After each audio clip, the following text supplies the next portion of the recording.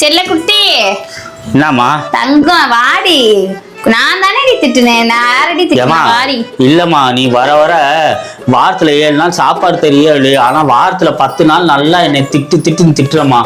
அது நான் தானே திட்டுறேன், யார் திட்டுறா? அததாம்மா நீ தான் திட்டுற, எனக்கு நல்லா தெரியுது.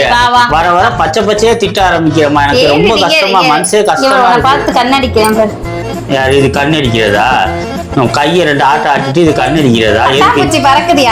இப்ப எதுக்கு என்னை கூப்பிடுற? வாடி, நான் தானே திட்டுனேன். ஆனா என்ன செஞ்சாலும் நல்ல பொங்க படம் எடுத்த கணக்கா ஏன் தூக்குற? ஒரு சாட்சிக்கு தான். அப்ப ஏதாவது செத்துட்டு போயிட்டேன்னா சாவுற அளவுக்கு அடிக்க மாட்டேயா, அப்பப்ப இப்படி தட்டுவேன். வாடி, அதுக்காக என்ன சாப்பிடவே இல்ல, மாவு அப்படியே இருக்கு.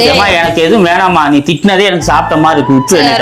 தங்கம், நான் திட்டாம எவ திட்டுவா? எவ்வளவு திட்டினா கூறு போட்டுற மாட்டேன், 1க்கு 4 வந்து. நீ திட்டினதை பார்த்துட்டு எவ்வளவு உன்னை திட்ட கூட எப்படி என்னை அப்படியே கையெடுத்து கும்புறாங்க. எப்பா பானுவோட புருஷன்பா ஓடிலப்பா, அவள்கிட்ட யார் வாய் கொடுக்குறதுன்ட்டு. பாத்துக்கோ, உன்னை அப்படி கெத்தா வச்சிருக்கேன். கெத்தா இல்லம்மா, என் மான மரியாதை எல்லாம் போகுது. இப்ப எதுக்கு கூப்பிட்டாங்க சொல்லு? பக்கத்துல வாடி, ஏன் என்ன சொல்லு? பக்கத்துலதான் நிக்கிறேன், சொல்லு. இங்க போறேன். இப்ப நான் வந்து சாம்பார் வைக்க போறேன். சரி. நான் காய் நறுக்கு வேணாம், கதம்பம் சாம்பார் எல்லா காயும் போட்டு. சரி. நான் நல்லா காய் வைக்கணும். இந்த பாத்திரம் காலை சாப்பிட்டு எல்லா பாத்திரத்தையும் விலைக்கு கவுத்து. அதுதானே.